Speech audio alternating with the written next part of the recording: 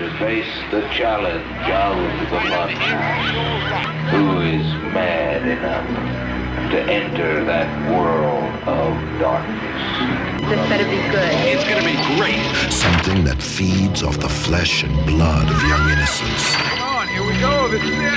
Something that tonight will turn the Funhouse into a carnival of terror.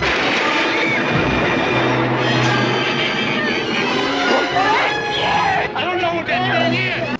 Listen to this. This is the tape I found downstairs. Monster kids are the product of the movies they weren't supposed to watch as kids. They're not horrified or offended by the dismemberment of a female ingenue. Monster kids pull the wings off flies and giggle low in the corner. Monster kids like to drink and talk shit. Monster kids will be the bright, new future of a dying world.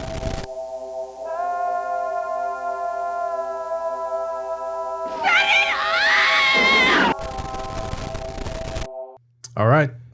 So here we are, episode 4 of the Laser Wagon podcast. The podcast you didn't know you wanted to hear, or maybe you didn't. Yeah, you definitely didn't ask for it. So what's been going on, Chris? You got some cons to talk about. Yeah, finally, convention season for me is in full gear. It may have started a while back for others, but I finally got to go to a horror convention in 2025. So Bastrop Cult Classic Convention. It was a good show. I wanted to try something different going down because every year from Waco to Bastrop, I'll stop at 2 or 3 of the filming locations from 2003 remake of Texas Chainsaw Massacre. So I thought, let me try that, see what YouTube Live is all about, just to try it. The test did not go well, but they did. But I learned a lot. Like I said in one of the other videos, I said I learned a lot. So I was able to salvage the footage, and it's something you can go back and watch if you check the video for Cult Classic 2025, or I even tried to just put it up into smaller like shorts or YouTube Live videos standalone, just because I was able to recover the audio and the video and put them back together. I was just having trouble with broadcasting. I was also in Granger, Texas, which is not the home of cellular towers. And so I feel like I had Wi-Fi going against me. It doesn't matter. But so I did still, it was cool to stop off at the Hewitt House in Granger. It's a really cool place to stop at. I can't not stop by it if I'm that close, just because I feel like I have to stop. So I wanted to stop by. Occasionally they'll have a sheet outside that you can take, like a real estate form that gives a history on the house. They didn't have that up this time. I had brought one with me, so I kind of read that again in the video. You can learn a little bit of the history of the house. It was moved from where current day the UT campus is. So it's kind of cool to learn about it. It's kind of them politely asking for their privacy. And they remind you several times in 3 paragraphs that the Texas Chainsaw Massacre is not real. So it's kind of funny to read through their thing, and there's a lot of private property and stuff. So of course you got to respect that, but there's something cool about getting out on that. You're kind of driving and there's nothing around, and all of a sudden you take this little turn and you can see it, and you can park out and walk across, and you get a good zoom with your camera.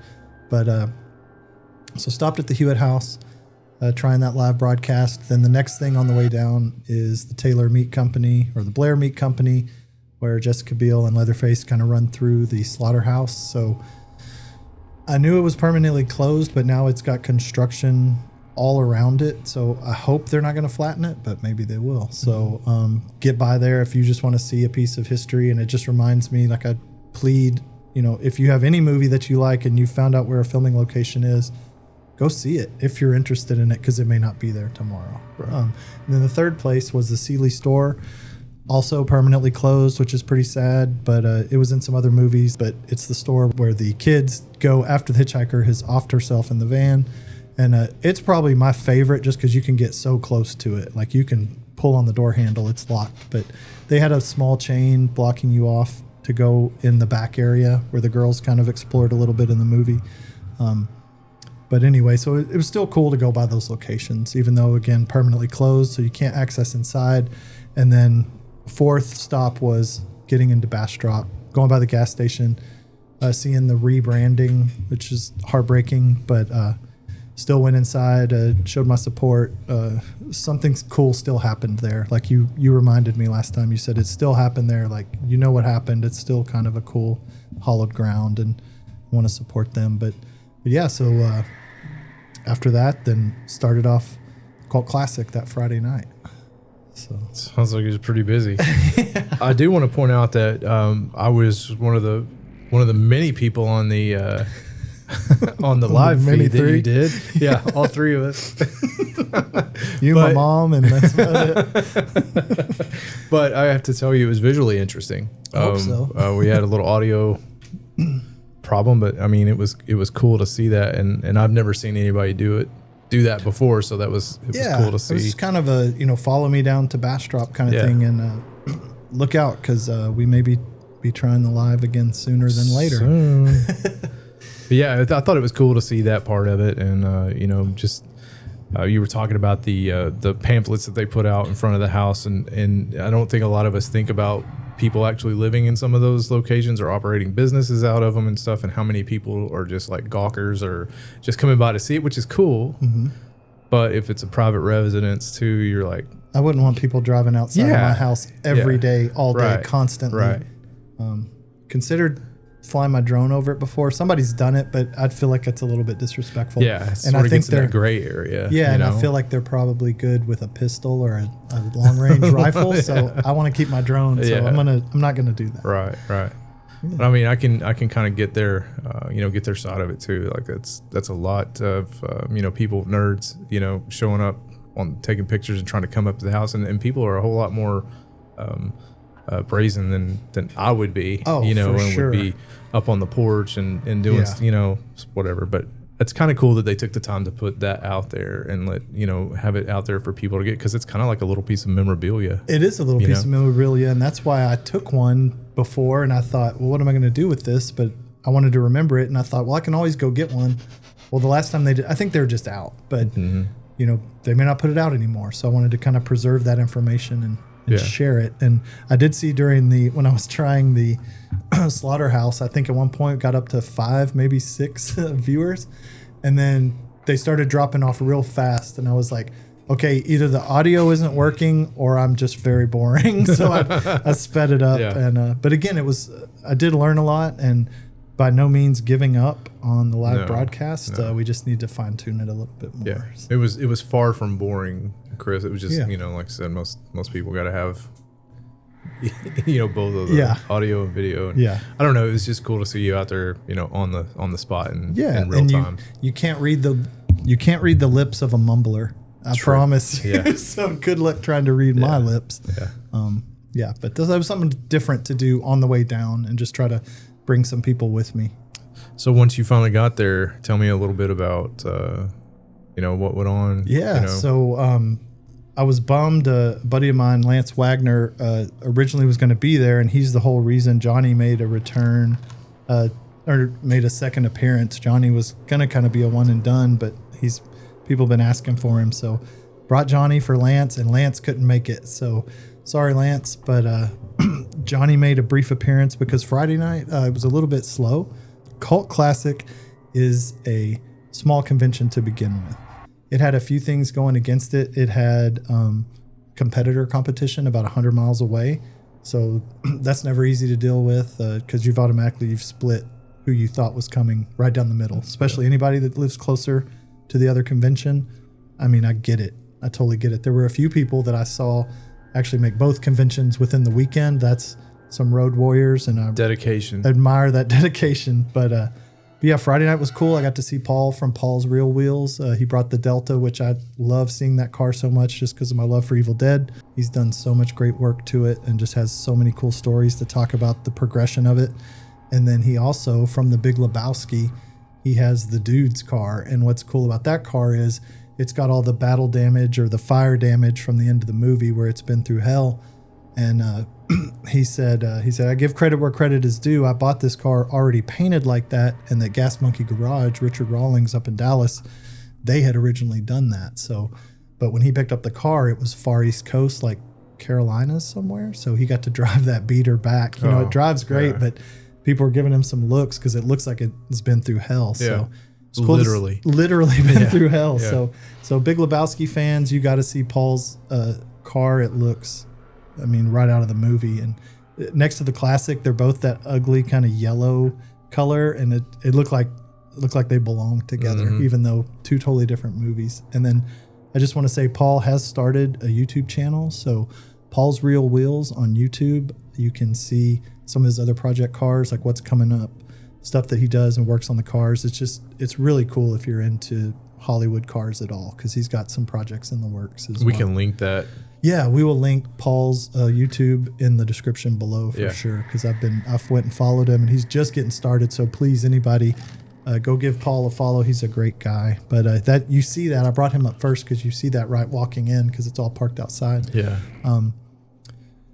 Then you go inside, and I got checked in. I had a little VIP bag, so they went and got me a shirt, and then I went and kind of tried to just do a lay of the land. I like to try to do that first. And two, if you're a little too anxious on opening day of a smaller convention, most of the people aren't even going to be there yet. The celebrities are on their way from the airport and stuff like this. It's all very normal, but so there's a lot of just tables, but you can kind of plan your weekend, see who's going to be where. And so immediately I saw where Joe Bob and Darcy were right at the front. They were going to be there. Someone was starting to unload their merch. And it was a cool show. It was a bummer that they had some cancellations. Personally, I wanted to meet Rhonda Shear from Up All Night. She canceled well in advance. And then Jenna Jameson canceled just a day or two before, but I believe there were some fires or something going on in Florida. So totally understandable. But like I say in the video, expect, always know that's a chance that's going to happen. And it's a bummer, but it happens. And it usually happens for a good reason for the celebrity. So you want to wish, pray, like if it's, they've got a movie coming, or they got a movie offer, or they got this deal that came through that they can't pass up. Well, of course they're going to take that, right. And hopefully you get to catch them down the road, either at another convention or something like that. It is always kind of disappointing when you're really looking forward to somebody being there, and then at the last minute they don't show up. And I mean, whatever, you're still going to go have a good time. Yeah. I'm not going to not go to a convention because of one person that doesn't, that cancels. And you might end up having a better time than you thought by, either saying, well, I'll go meet this celebrity, or you just may see some cool merch or some cosplay, or hang out with some friends you haven't seen for a few shows. So don't let a celebrity canceling stop you from going to the show, because you're still going to have a good time. And you're supporting the community. Yeah, you're you know what I mean? 100% supporting the community. Was there a lot of cosplay at this one, or was it sort of? So Saturday was a lot. Friday, I was a little concerned because there wasn't a ton of cosplay. But again, Friday's always a little bit slower. There's a really great Toxic Avenger. I feel like it's the same Toxic Avenger I saw in Bastrop a few years back, but it's super convincing. And then, there wasn't a whole lot on Friday night. So I thought since Lance couldn't make it, maybe Johnny should come make an appearance, because talk about low competition for attention. So I went and Johnny's a great costume, man. You did a fantastic job on that. I mean, all the people that helped you put that together, everybody did such. We'll drop some footage of the Johnny costume in, just in case somebody hasn't seen it. Shout out Casey. Shout out Brian. Hop in the wagon, loser. But so Johnny came out and made a quick walkthrough. Had some. Instantly, people stop and take some pictures. My favorite was over near Joe Bob and Darcy. They had arrived, and I was talking to somebody that was about to talk to them, and Darcy saw my costume, and she waved me over, and she said, "Hey," she goes, "Can I take your picture?" I said, "Yeah, sure." So I gave her a Johnny pose with the axe or whatever, and then the Toxic Avenger came by, and she goes, "Hey, let me get both y'all's picture." So we did like a battle pose. And she took that and put it up on her story the next evening, or that evening, which was super cool. But then she told me, she goes, "We're gonna do," and this is 3 weeks or 2 weeks before their show. But she said, "We're gonna do In a Violent Nature on the next last drive-in." And I was like, "Are you serious? Really gonna show In a Violent Nature?" Next episode. She's like, "Yeah." She goes, "We haven't announced it yet." And I was like, "Oh, okay, cool." I felt like I was getting some insight. And I kind of was. Insider news? Yeah, I was getting some insider news. So I was like, that's so cool. And I didn't even realize that the theme was going to be old slasher, new slasher. And but so she took, you know, photo of the Johnny cosplay and stuff, which already was super cool. And then sidebar, I found out later the old slasher was a movie that Sam Raimi was in, and Ted Raimi was also in. So go watch the Last Drive-In with Joe Bob and Darcy that has In a Violent Nature. So you can see some early Ted Raimi, Sam Raimi acting, which is pretty great. Craig Peterson?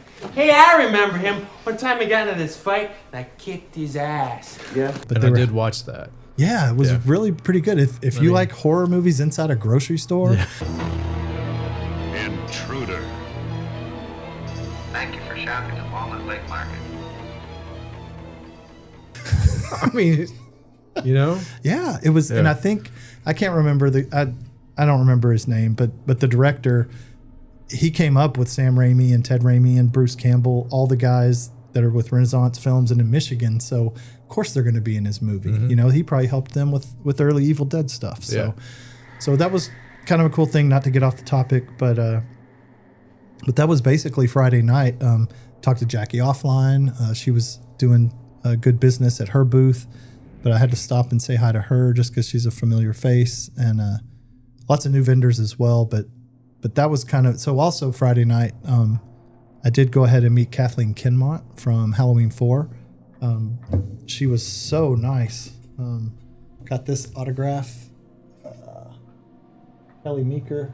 She's wearing her Cops Do It by the Book shirt. And like I also said in the video, but for 15-year-old me watching Halloween 4, Kelly Meeker. Fuck off, Wade.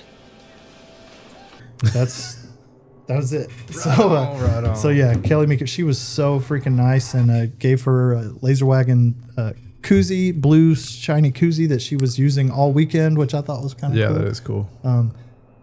She was just super nice. And then Saturday, I went back to talk to Joe Bob and Darcy because I was all in my Get Up Friday and didn't really want to get my picture taken with Darcy wearing the Johnny costume. So I went back and I stood in line for Joe Bob and Darcy. And it's always that thing where if you schedule a photo op and you're watching the clock, I didn't have a photo op with them, but it was getting very close to photo op time, and they will take time with their guests, which I appreciate, but also the line's a little longer, and so you're watching, you're like, at some point they're going to cap this. Mm-hmm. Luckily, I got through the cap. I think maybe 2 other people after me, they capped it for a bit, did their photos, then they had to do a Q&A. But the funniest thing, the whole time I wanted to ask Joe Bob, I wanted to get Joe Bob to say, "Hop in the wagon, loser." Needed it for the beginning. And so I got to Darcy first. He was still talking with the guy in front of me. And I said, "Hey, Darcy," when she was already starting to write on my photo, I said, "Will y'all say something for me?" She goes, "Sure. What do you want me to write?" And I said, "Will you say something really silly for my YouTube channel?" And she goes, "He can say it and I'll point." She goes, "I don't do the talking." And I said, "Perfect. No problem." So then I get to Joe Bob and I said, "Hey, will you say something for my YouTube channel?" I said, "If it's not, it's fine. You know, just I wanted to ask." And he goes, "Okay, what?" And I said, "Hop in the wagon, loser." And he said, "Hop in the wagon, loser." Like there was this big discussion over, is it in the wagon, on the wagon, around the wagon? And then he said, "Loser?" And I said, "Yeah, loser, like loser. Come on, loser." You know, emphasis on the loser. And he said, "Okay." And I was like, "You can say, 'Hey, I'm Joe Bob.'" And I said, "Everybody knows who you are." I said, "Don't say that." Yeah. And he kind of laughed. He goes, "Okay." And then so I said, "Go." He looked right deadpan at the camera and said, "Hop in the wagon, Luther." That's awesome. Luther, that's the best. That was great. And it was so funny. And I still don't know if he did it on purpose or on accident. I kind of feel like it was on purpose. I kind of do too, just because I saw the footage and he has that little devilish side eye, you know. And then like, Darcy even was surprised. And then when her and me and Darcy like have this prolonged laugh, like we start laughing longer and longer, the funnier it gets, funnier and funnier, just because we weren't expecting it. And he kind of cuts his eyes over like, got these motherfuckers. Yeah. I'll say your stupid line and I'll mess it up. But I was like, I'm kind of embracing it. So now I've got an alternate hashtag, "Hop in the wagon, Luther." And it's don't be comedy surprised. gold. Yeah, don't be surprised if that shows up anywhere. But yeah, Saturday there was a lot more lot more cosplay. There was actually a cosplay contest that had money attached to it this time. So one of the vendors donated $2,000 strictly for the cosplay contest, which that was pretty amazing. And they sell books, and I feel like anybody that won any of that cosplay money better went back and bought one of their books. For sure. Or at least talked about it, or yeah, showed, at least like take a picture with them or whatever. Yeah. So so first place was from Little Monsters. It was Maurice, the blue creature, and I mean, it was a showstopper. People were turning. Everybody want. I mean, I couldn't tell I could not tell where the makeup started and the mask or appliance ended, because I could see a little line under his eye.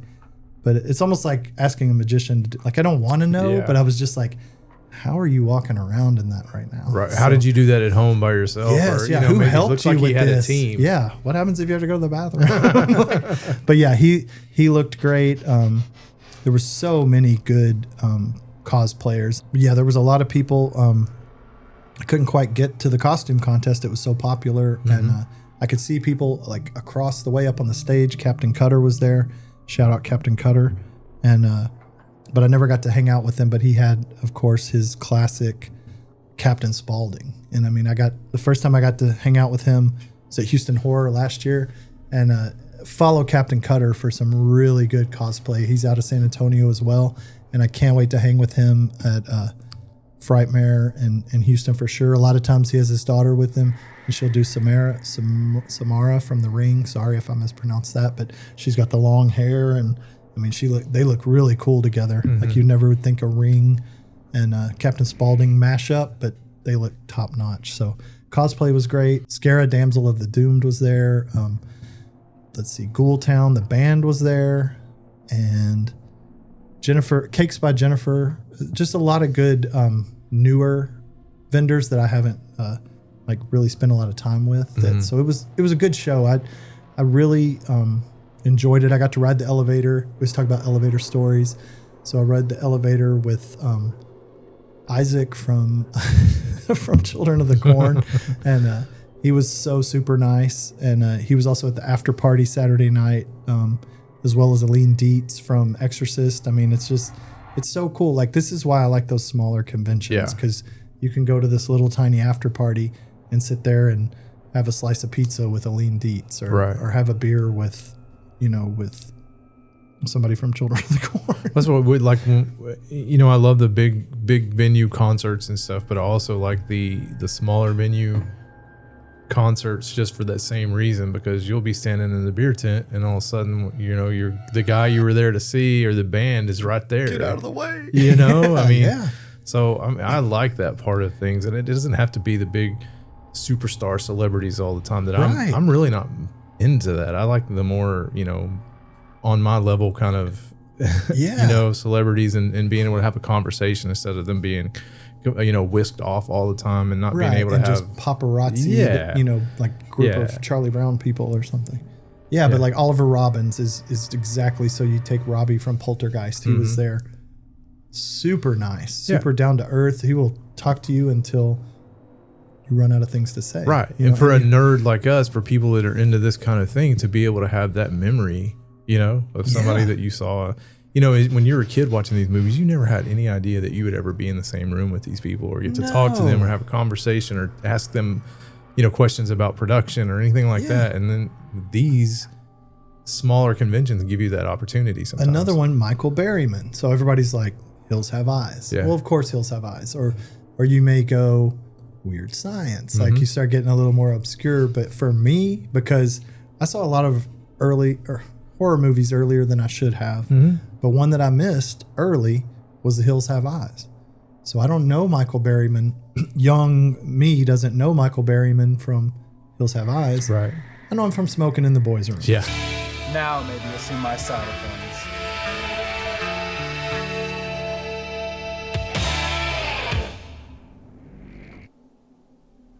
I was going to say, those were the two things we were talking about kind of mix right there. Give me the toupee and the Board of Education and him saying, Bend over. Oh my God, that toupee. It just sits just right on his pointy little head. So, super cool. I mean, but again, just stuff like that. Those are those memories that are worth more than an autographed photo. Like, I mean, this is like, I'll cherish this, but I cherish more that, you know, I gave her an air freshener and a koozie and saw her using it the rest of the weekend.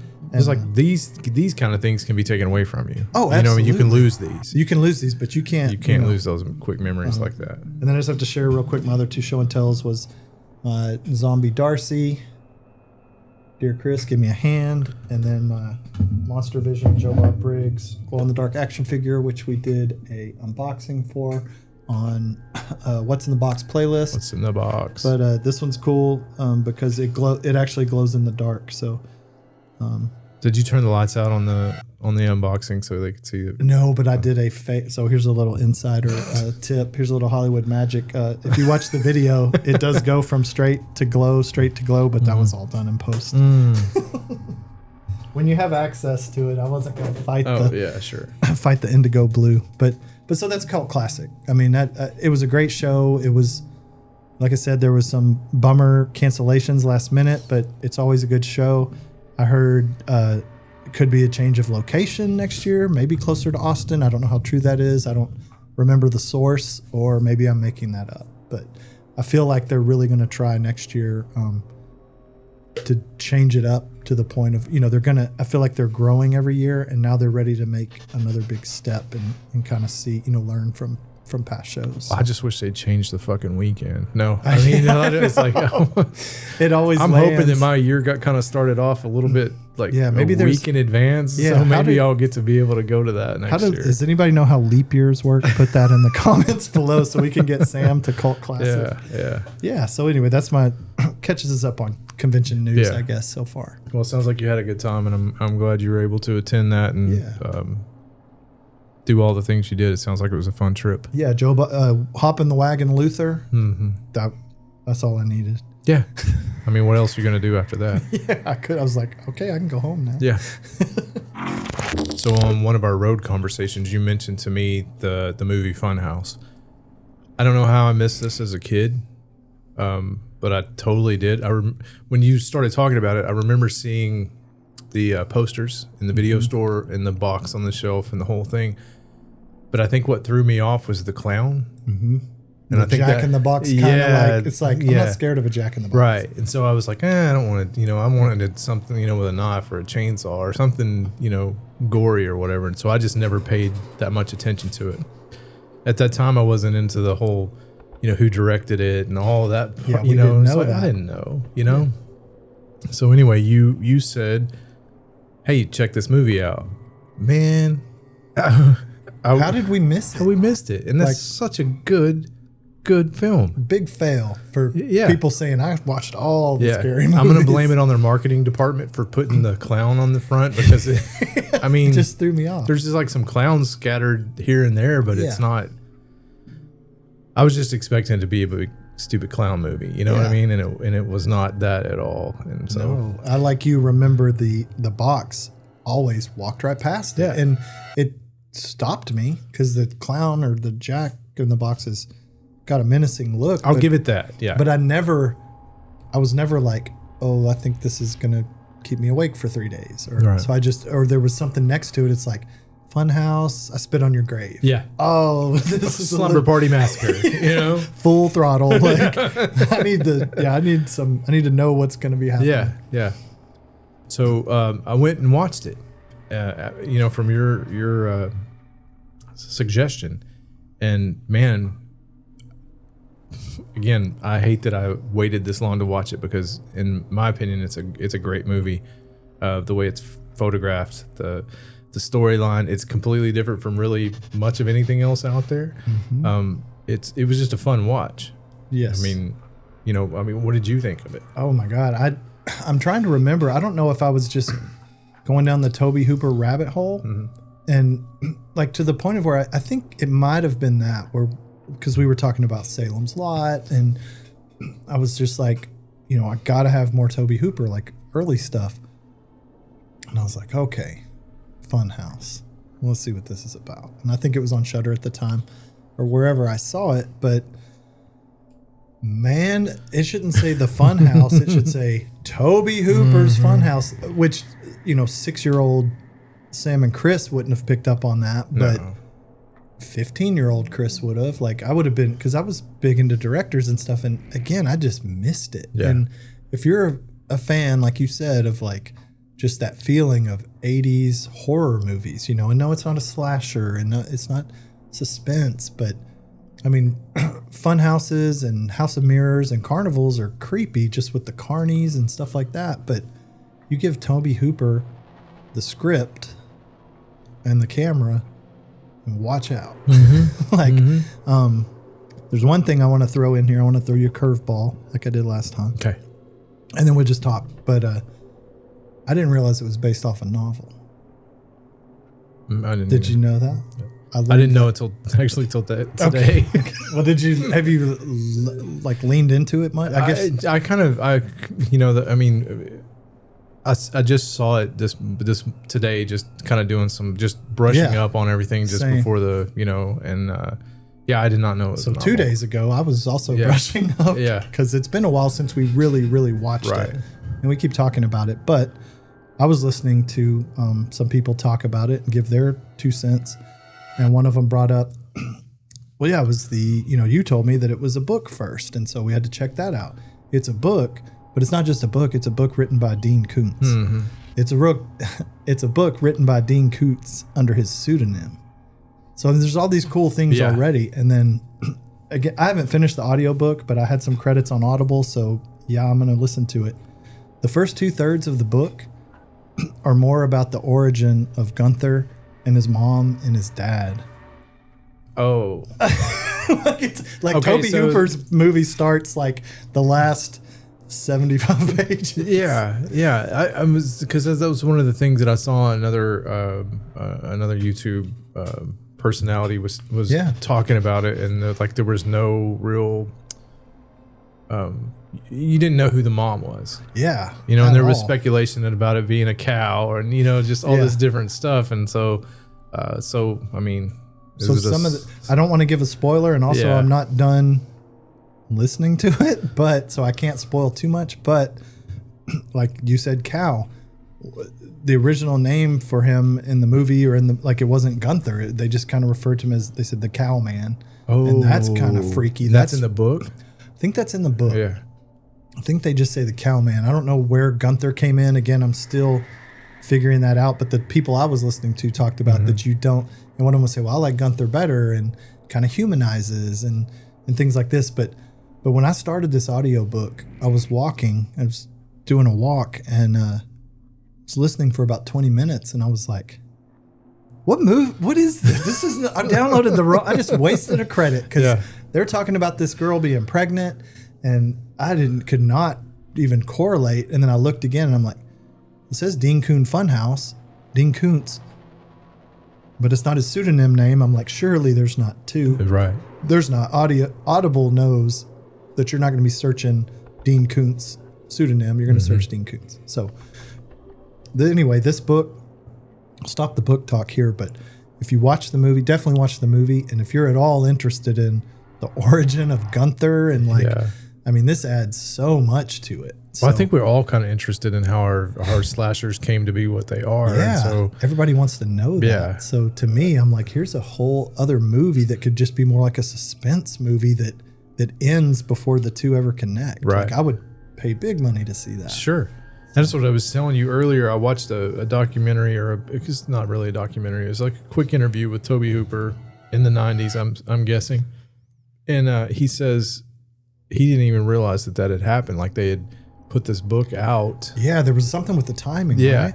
And so he picks it up in an airport, and he's just like, he's reading along, and he's like, this is a great story or whatever. He didn't even realize at the time that it was the movie. You know what I mean? So that's kind of cool too. But I'm gonna have to go back and listen to that, because that's got my curiosity piqued because it's very interesting. Like, it goes way, like I'm a couple of hours in, and it's still not even the movie. Well, I love a good origin story, though. Yes, it is, and it's great. I mean, details. So this is not a podcast about the book. I just wanted to put that in here right now. Yeah. So moving forward, as we talk more about the movie, you know that there's, if you need more Gunther or more whatever, it's out there. Okay. So pretty cool. I didn't know you downloaded that. So I just downloaded it yesterday. Take a listen to it too. Maybe we can talk about it later on. Yeah. Because we talked about doing some books and stuff on here too. Yeah, when we will. And for me though, like my age, we would go to the local fair or carnival. My favorite thing were the dark rides, and they kind of look like this one does in the movie, where it just looks like the back of a semi opened up with some flaps, and there's a train track, which is how most of them were, and it just kind of went around. But in Tobe Hooper's Funhouse, once you go back there, it's like a whole thing. Yeah, it's a whole nother world. So it took me back to that, and the little shitty little brother that's trying to be a pain in his sister's ass. I was the shitty little brother. My sister was 4 years older than me, going on dates. I was stuck at home watching horror movies, but I had to give her all the shit before she left. And so I related to the younger brother a lot, not so much at the point of where I'm going to walk into my sister taking a shower and stab her with a rubber knife. Yeah. But what a cool opening. What a cool opening. Spoiler. I mean, why didn't they just say that? Yeah. Why didn't they just start there? I'd just been like, say that. At that age, I'd been like, hell yes. We're in that movie. Absolutely. And his room, again. Not because it was my sister, Yeah, there's nudity and stuff Yeah. But no, his room, again, and it kind of goes back to the room in Salem's Lot or Robbie's room in Poltergeist with all the Star Wars figures. Yeah. Like, that was my room. Like that. His is way better, but it's a movie, So I'm like, well, I couldn't have all that cool stuff, but I wanted to, or I'd have, monster things or figures and stuff like that. So I love seeing all the Halloween 365 in this kid's room. Yeah. That shows you that, he's like, whole wall of weapons. Which rubber knife am I going to attack my sister with and scare her with? But what a cool setup. And I say it's an homage. It's not a ripoff, because he clearly was doing it to John Carpenter, to be like, hey, cool. And it's been done 100 times in movies, but you put the mask over the camera and you get the killer's POV with just the small eye slits. Yeah. I think he was, whatever, call whatever you want. It was still cool. And I think it was an homage to John Carpenter. Like, everybody thinks of young Michael Myers putting the mask on. 100%. When the camera, to me, that's a John Carpenter shot. But Tobe Hooper was paying homage. He was not like, I'm going to rip this off and no one will ever know. Yeah. Like, I think it was just like a respect thing. Yeah. Yes. Yeah. Yeah, for sure. I listened to, like I said, some other things about it, and what I thought was pretty interesting, and I didn't know this, and I didn't even really pay attention to it that much while watching the movie, but I'm going to go back and pay more attention to it now. They said that the majority of the film is recorded in stereo, except for when you're in the funhouse, and then it's surround sound. Oh. And that decision was made by the first person that edited the movie. So I want to go back and rewatch it with that in mind. I didn't catch that, but I thought that was kind of a cool little nugget of information. For people, especially the tech heads or gear heads or whoever's putting this stuff together, back then, late 70s, early 80s, to have so much forethought or wherewithal to be like, let's change the experience. That's some next level thinking. Like, we try to think of some pretty cool stuff like that, but back then that's like groundbreaking. Audio design. Sound design. Surround sound was fairly new at that point too, what I mean? And to be able to put that into that film and have that idea. I don't know. That was just like, to me, that puts that movie, 3 or 4 levels higher than it was before I knew that. Yeah. You're not, even if give it a chance, because the director of photography, he's got it's like a super notable name that's done another 2 or 3 movies, done a ton of movies, but done 2 or 3 that are everybody knows about. I'm just blanking. But you get this director of photography, you have Tobe freaking Hooper coming off Chainsaw, going into Poltergeist somewhere in there, and so good. Rick Baker? Rick Baker doing the creature mask. That alone around the same time as Werewolf. So he somehow found the time during American Werewolf in London. I'm sure there's some overlap, but yeah, he was, and that's, there was another guy doing some of the blood and practical effects, and we learned the hands or something, but the mask, the Gunther's face, the the reveal, the big part of the movie where you're like, why wasn't that on the front of the box? Yeah, exactly. Because that would have been something I probably would have picked up immediately, you know? And then I don't know if it's more like Jaws, like the longer you don't see the shark, the more it builds anticipation. But the first time I watched it, I'll just try to get my train back on the track. The first time I watched it, to me, when Gunther, and you don't know he's Gunther, but when he's just assisting the carnival barker with people getting in the rides, unsettling. Yeah. To me, like the way he's moving, he's kind of hunched, and the Frankenstein mask is like extra wide to me. I don't know if it is, but it's something it was the proportions. It wasn't the face. It was just the mask bothered me. Like it was scary a little bit. I was like, oh shit. Yeah. And then he was just kind of lumbering, and it wasn't, I'm not saying that I picked up and I was like, oh, this is the, you know, the guffin or the whatever you call it, where like this is the you know, it's a misdirection. Yeah. I didn't pick up on that at all. No. I just thought that Frankenstein is fucked up. That's really weird. Yeah. Too weird to watch. Yeah. Another little thing I picked up is the reason that didn't originally start out being the Frankenstein mask. I don't know if you knew that. Oh. So Universal has the rights to Frankenstein, and so that's why they made it the Frankenstein mask. That's which so I mean, cool. I had no idea that there was this much information about that movie online. But if you search it up, and I mean, there's so many people that have done reviews and you know, giving you all this information. It's really interesting to go down that rabbit hole and check out. I'm just so glad that people are starting to rediscover it, and that's what I'm hoping. Like us talking about it. Maybe you've seen Funhouse. Give it another chance if it's been a long time, or maybe it's not for you. But to me, it's really good. Like even and the story is like layered. Like there's different things going on. Right. Like the whole time the young brother has, you know, snuck out of the house and he's going to see what his sister's up to. Like that's a whole extra storyline. And there's a crane shot. And I'm sure you crane shot. I know what you're talking about. But the little boy is standing there, and I mean, it is tight on him. And he's next to a tent, and I think he's like watching the Funhouse. It's almost closing time, or stuff is, people are starting to disperse.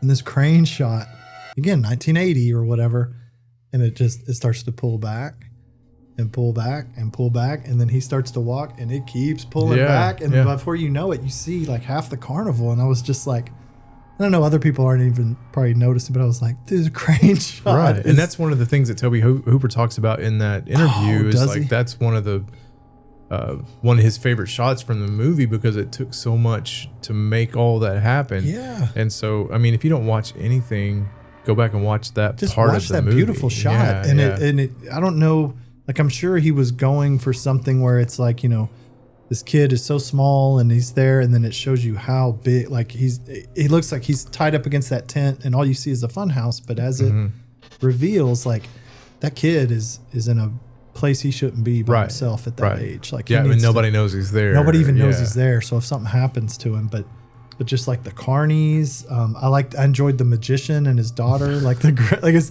real silly, but he was kind of funny. So there's some humor in it, and the characters are really good. I mean, there's just so much. The intro with just all the clown animatronics, really good Tobe Hooper. I mean, so different from Chainsaw. He talks a lot about that in that interview, about them renting those animatronics, automatons, and all of that stuff from a lady that worked in the. You have to go back and watch. I can't remember. I don't want to misquote. Yeah. But he ended up buying a large portion of that and has it, so cool. Had it. You know, I don't know what's happened to it since he passed away, but. Another real interesting part about, and because you're talking about that crane shot and you see all the rides going and stuff. Yeah. There's one scene in it where they had extras on one of those tilt-a-whirl where it spins, and then the car that they're in is actually spinning also at the same time. Oh yeah. And so the Vomitron. Exactly. So he's talking about that, and they were in the middle of shooting these scenes, and they just left that machine going, so all of those people were on those rides for like 30 or 45 minutes. Oops. Yeah. And so they started throwing up, and it's just like vomit mist everywhere. You know what I mean? He said nobody was seriously injured or hurt, but that was kind of one of those they things. smelled bad. Yeah. I just thought. I mean, I want a refund on my corn dog. No shit. Those crazy little stories from those kind of movies. I love that kind of stuff. Like I do too. Like I love the movies, but just hearing those parts of it are the things that make it fun to go back and watch. Yeah, you know. True. I looked up these quick little fun facts just because I wanted to know more, and it said this one brief thing. It said Universal Studios originally banned it, which I didn't know. Oh yeah, it was on the Video Nasty list. Yeah, Video Nasty, exactly. Banned in the UK during the 80s, Video Nasty era. But it's relatively tame compared to other slashers. The ban was due to confusion with another film of the same title. Kind of a mistake. What a waste, man. And then I love like that. I like the idea of Cowman. Like I probably would have picked up the box for Cowman, even if there wasn't a good picture on the front before Funhouse. You know, like they'd called him Cowman, but it says the mutant killer's name is Gunther, and his mask is misleading. Gunther wears a Frankenstein-like mask early on, but underneath, grotesquely deformed face. True appearance was kept secret in marketing to shock audiences. So going back and saying, why wasn't that on the cover? I get it now. Yeah. But still, like, as a aftermarket, you know, somebody looking for it on video, I don't know. And then the carnival set was fully operational. That's cool. Rick Baker worked on the monster effects. Film was adapted into a novel first. So his new Dean Koontz pseudonym is Owen West for people that enjoy minutia. Came out before the movie, deeper backstory, motivation for characters like Gunther and his family. It came out before the movie? That's what it says, but just barely. And then, you know, because of the way the origin goes, what I will tell you is Gunther and Amy. I think Amy is the main girl that sneaks out, you know, says they're going to the movies or wherever she says they're going. But Amy, in the novel, Amy's mom also, I don't know, it's confusing, but it hints that they're like half siblings. What? So like Amy's mom had a Gunther, but not the Gunther. Like, you gotta read the book because I'm not even done. This is getting crazy. But it gets deep. So yeah, so there's so much to it. And if you're into it, but this one I thought you'd be interested in. It says, hidden commentary on religion and repression. Huh. And then it says, though mostly a slasher, except for that one guy, said it wasn't, the film subtly critiques religious fanaticism, overbearing parents, and sexual repression, especially through Amy's controlling upbringing. I thought that was interesting. Yeah. Like, I mean, I can see it too. I mean, a little bit. Like, even with the gypsy and Gunther, like, that's super uncomfortable. Right.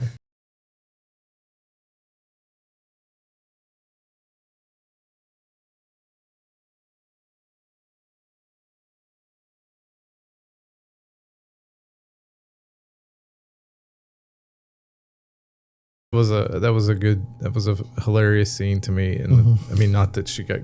Well, I'm gonna. I mean, if you haven't seen it, just go watch it. Yeah, go watch it. It's so good. Yeah. All right, so there's this one scene that I saw several people on YouTube talk about. It's the scene, and I can't remember the girl's name. The other friend. Like I just remember Amy. Yeah. I can't remember. So there's this one scene that I heard other people on YouTube talk about. It's the scene where the friend is in the air duct. Oh yeah. And she has a knife, and there's the big fan on one end, and then Gunther's on the other end.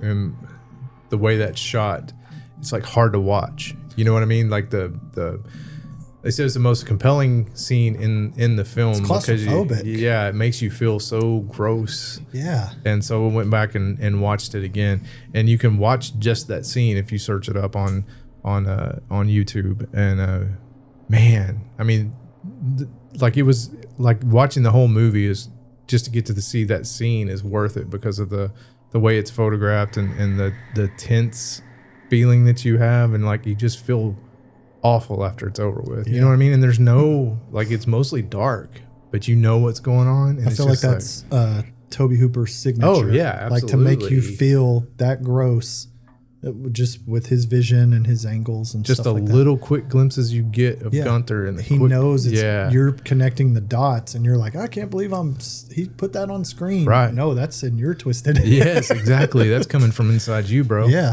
he's unlocked something. Yeah, that's another reason to just to watch the movie, just to see those few scenes, like that, because they're so good.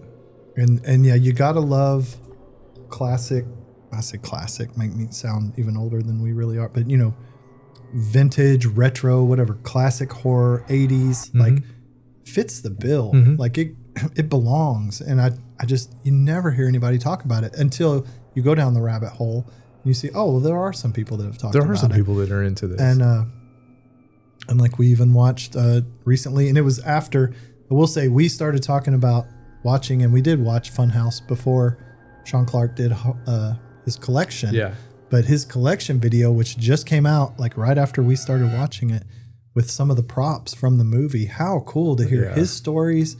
He got it from the guy that played Gunther, like really cool information on the movie. Like if you're just looking for anything you can on the Funhouse. Yeah, I enjoyed that quick thing he put out. I mean, there's so much good information in that, and to just see that and know that piece of history is still available to see. It's not in a landfill someplace when or he talked destroyed years ago. The actor that played Gunther, and he said, he goes, oh, I still have that stuff. And he goes, where is it? Yeah. He goes, it's in a box in my closet.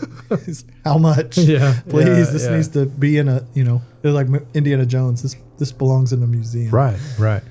I don't know. I think that part of it's cool, and that's, I mean,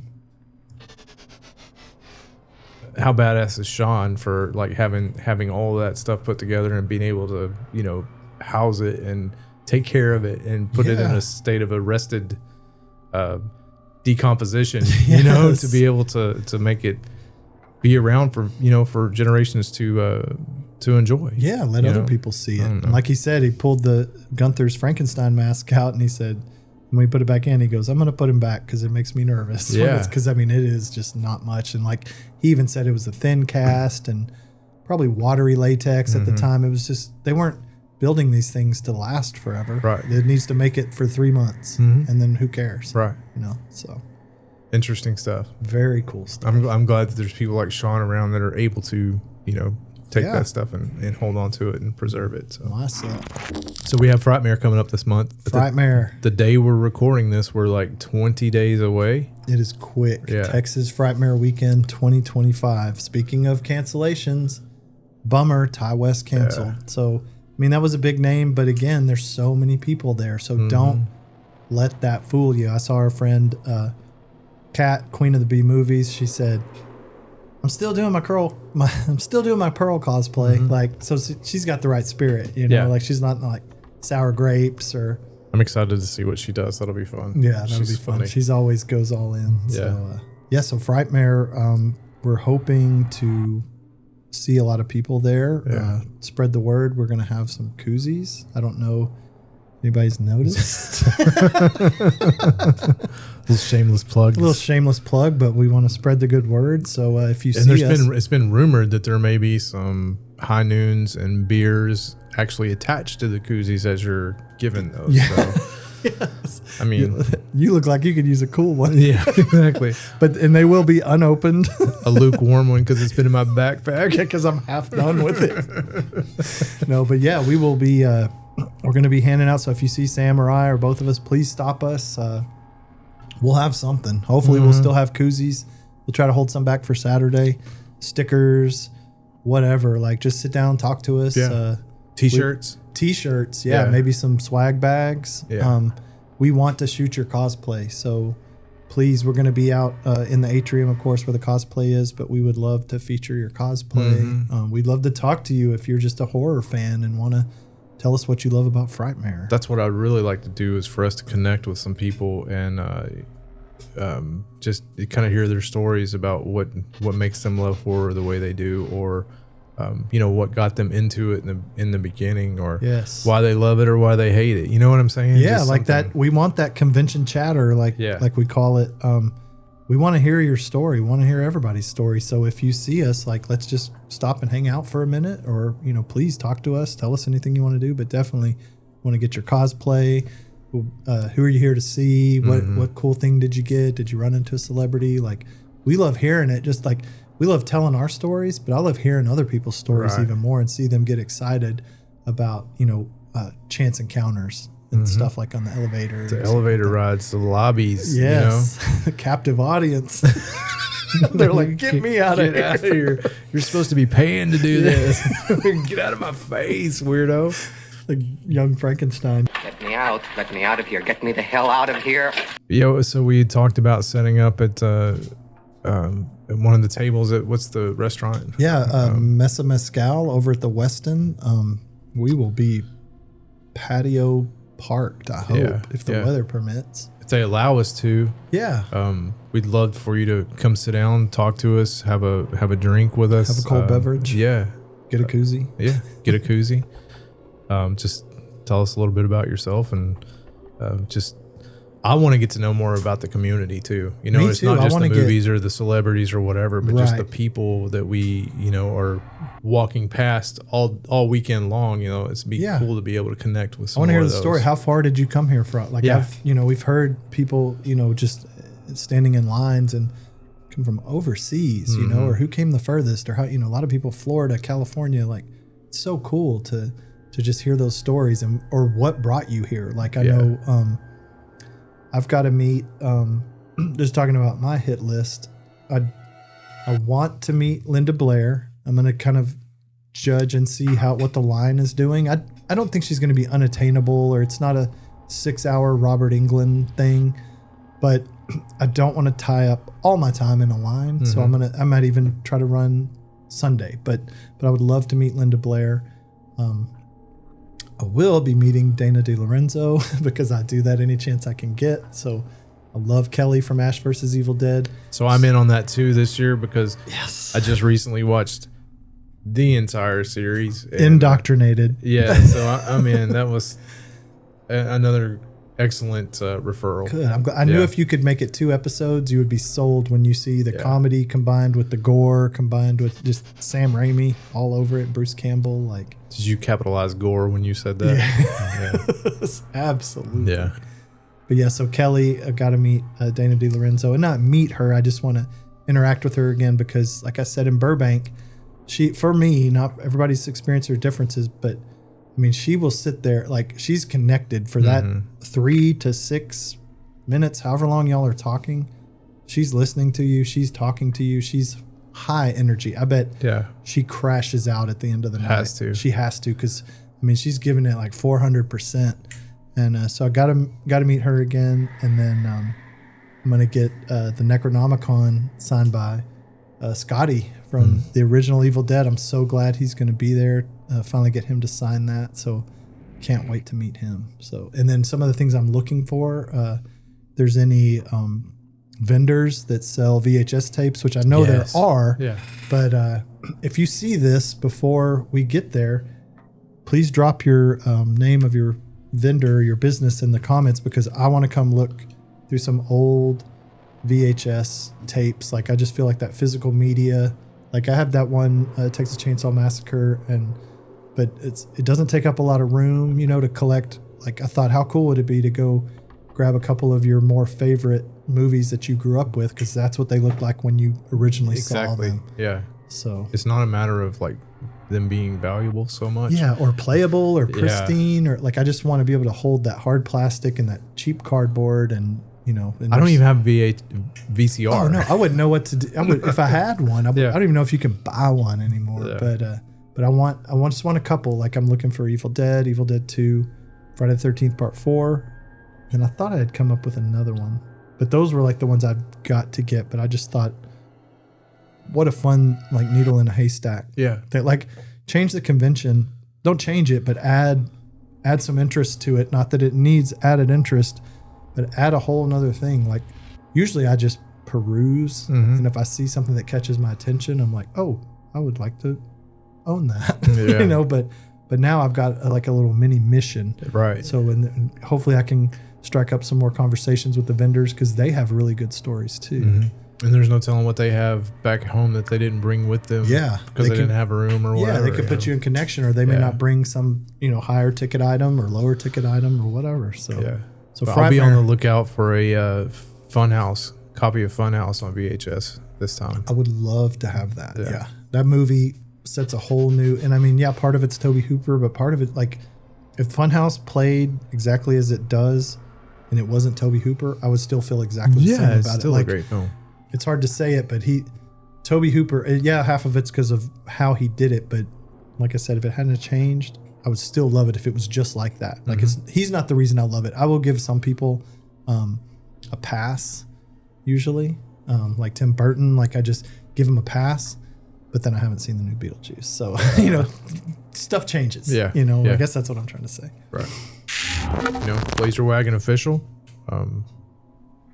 Like, share, do all the things that you know you're supposed to do. All the things, please, so we can stop talking about it. Yeah. We do have some little mini giveaways recently posted. It's kind of like a 3-part giveaway. There's some mini stretch goals on Facebook, Instagram, YouTube. YouTube's getting real close, y'all. So please just subscribe. Subscribe so you can get a koozie. I mean, you'll get one either way, but please subscribe. Tell your mom about it. Yeah, tell your mom. Take one to your mom's house. But we will see you at Texas Frightmare, and please stop us and talk to us. I love the people that drop in the comments and tell me timestamps of when you see yourself or a friend in the video. I love that so much because I think that's cool. I haven't ever found myself in the background of a video, but if I did, I would be dropping it in the comments because that's kind of fun too. Just, you're there. Like, was I there when the person passed or whatever? Yeah. So. Get a koozie, a t-shirt, a tote bag, any of the swag, stickers and stuff we have. We're going to have a ton of it. So come by and a ton of it until it's ask gone. for it. Yeah. Ask for it. Say, can I get a bag? Yeah. So we will give it to you. Yes, we will. Anyway, so I guess we'll see you guys at Frightmare. Looking forward to it. Yeah. Texas Frightmare Weekend, Las Colinas, Irving, Texas, the convention center. We'll see you there. All right. See you, man. See you, Sam. Thanks. Monster kids make pretty pictures of ugly things and write pretty words about awful sing-song discordant notes and vomit when they drink too much.